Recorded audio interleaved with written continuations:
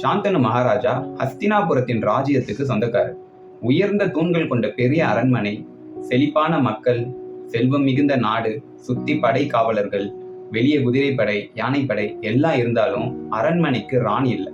இது சாந்தனு மகாராஜாவுக்கு பெரிய குறையா இருந்துட்டு இருக்கு.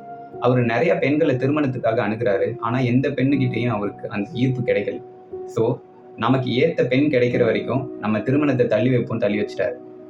ஒரு நாள் காட்டுக்கு வேட்டைக்கு போறாரு. கங்கை நதிக்கரை ஓரமா நடந்து போயிட்டு இருக்கும்போது கங்கையின் மெல்லிய சத்தம், தூரத்துல கேட்கிற பறவைகளின் சத்தம், சாயங்காலம் வேலையில சூரியனின் மங்கிய ஒளி, இதெல்லாம் ஒரு ரொமான்டிக் என்விரான்மெண்டா இருக்கு. அப்போ ஒரு ஜாலியான மூட்ல அந்த கரை ஓரமா போயிட்டு இருக்காரு. தூரத்துல ஒரு பெண்ணை பாக்குறாரு. அவங்கள பார்க்கும்போதே ஒரு அமைதியான உருவம் தெரியுது. கிட்ட போய் பார்க்கணுன்ற ஆர்வத்துல வேகமா போறாரு. கிட்ட போனா அந்த பெண் ரொம்ப அழகா இருக்காங்க. இவரோட மனசுக்கு பிடிச்சவங்களா இருக்காங்க.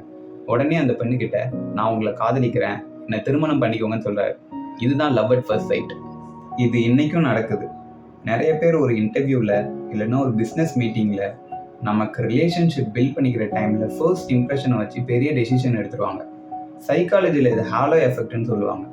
ஒருத்தர் அழகா இருந்தா இல்லை ரொம்ப காமா பேசினா அவங்கள ஆட்டோமேட்டிக்கா நம்ம பிரெயினை நல்லவங்கன்னு அசியூம் பண்ணிடும்.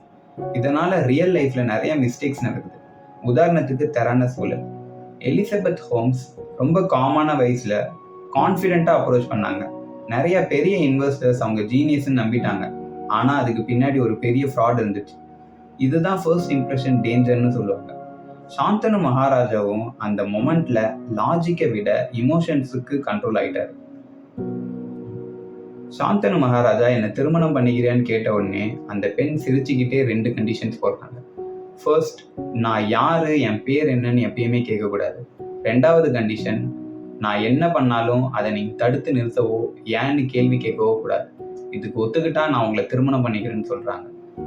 சாந்தனு மகாராஜா இதுக்கு நம்ம நோ சொல்லிட்டா இந்த பெண் நம்மளை திருமணம் பண்ணிக்க மாட்டாங்களோன்ற பயத்துல ஓகே சொல்லிடுறாரு. அவருக்கு ஆரம்பத்திலே தெரியும் இது ஒரு ரெட் ஃபிளாக்னு. பட் ஸ்டில் அந்த பொண்ணுக்காக இதை இக்னோர் பண்ணிட்டு அந்த பொண்ணை கல்யாணம் பண்ணிக்கிறாரு. நம்ம லைஃப்லயும் நிறைய விஷயத்துல இந்த மாதிரி ரெட் ஃபிளாக்ஸ் தெரியும்.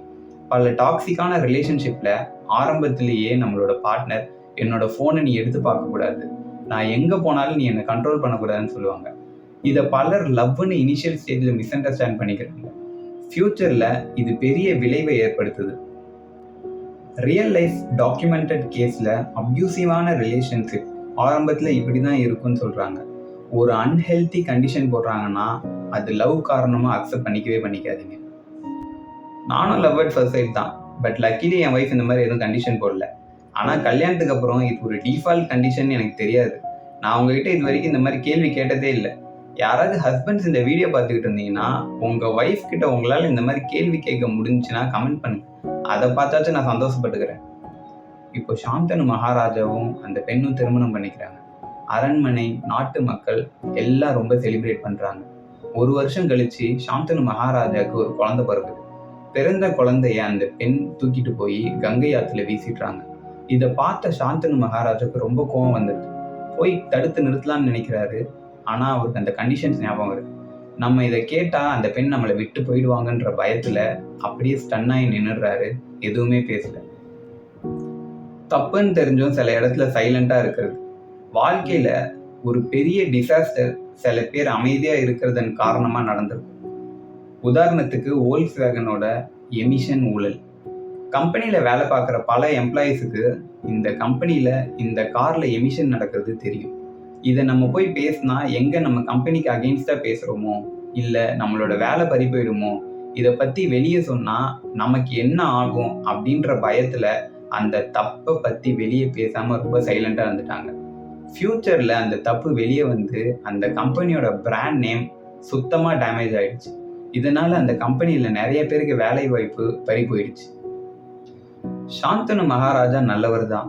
ஆனா அவர் பேச வேண்டிய நேரத்துல தவறை சுட்டி காட்டி பேசாம விட்டுட்டாரு. இந்த எபிசோட்ல இருக்க 3 ஹிடன் சைக்காலஜி. ஃபர்ஸ்ட், நம்ம சில நேரம் லவ்ல லாஜிக் பார்க்காம வெறும் இமோஷனை மட்டும் பார்க்குறோம். அதனால நிறைய வார்னிங் சைன்ஸை இக்னோர் பண்ணிடுறோம். செகண்ட், நம்ம இந்த கண்டிஷனை ஒத்துக்கலைன்னா இவங்க நம்ம லைஃப்ல இருந்து இழந்துருவோன்ற பயத்துல சில அன்ஹெல்தி கண்டிஷன்ஸை அக்செப்ட் பண்ணிட்டு நம்ம ரிலேஷன்ஷிப்பை பில்ட் பண்ண ட்ரை பண்றோம். ஃபியூச்சர்ல அதுவே பெரிய டேமேஜ் உண்டாக்கிறது. தேர்ட், சில நேரத்தில் நம்ம தவறு நடக்கும்போது அதை சுட்டி காட்டி பேசணும். அதை பார்த்துட்டு அமைதியாக இருந்தால் அதனால் தவறு செய்பவனை விட நம்ம அதிகமாக சஃபர் ஆகிறதுக்கு வாய்ப்பு இருக்குது.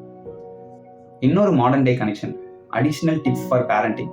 சில பேரண்ட்ஸுக்கு தன் குழந்தை ஸ்கூலில் ஏதோ தப்பு பண்ணுது, இல்லாட்டினா ஆன்லைனில் ஏதோ தப்பு பண்ணுதுன்னு தெரியும். அது தெரிஞ்ச உடனே அதை கண்டிக்காம, என் குழந்தை இப்படி பண்ண மாட்டான், இல்லாட்டினா இதெல்லாம் ஒரு சின்ன இஷ்யூ தானே, பிற்காலத்தில் பார்த்துக்கலான்னு இக்னோர் பண்ணிடுறோம். பிற்காலத்தில் இது பெரிய டேமேஜை நம்ம குழந்தைக்கும் நம்ம ஃபேமிலிக்கும் கொண்டு வரும். ஆரம்பத்திலேயே நம்ம இதை இக்னோர் பண்ணாமல் சரி பண்ணிட்டா இந்த டேமேஜ்லேருந்து நம்ம குழந்தைய பாதுகாத்துடலாம். நெக்ஸ்ட் எபிசோடில் செல்ஃப் கண்ட்ரோல் எவ்வளோ முக்கியம், ஒருத்தர் புகழின் உச்சத்துல இருந்து செல்ஃப் கண்ட்ரோலை லூஸ் பண்ணி 2 செகண்ட் பண்ண தவறுனால அவர் வாழ்க்கையில் எவ்வளோ கஷ்டப்படுறாருன்றதை நான் எக்ஸ்பிளைன் பண்ணுறேன். மகாபாரதத்தில் ஒவ்வொரு கதையும் நம்ம டேஸ், நம்ம லைஃபோட கனெக்ட் ஆகிருக்கு.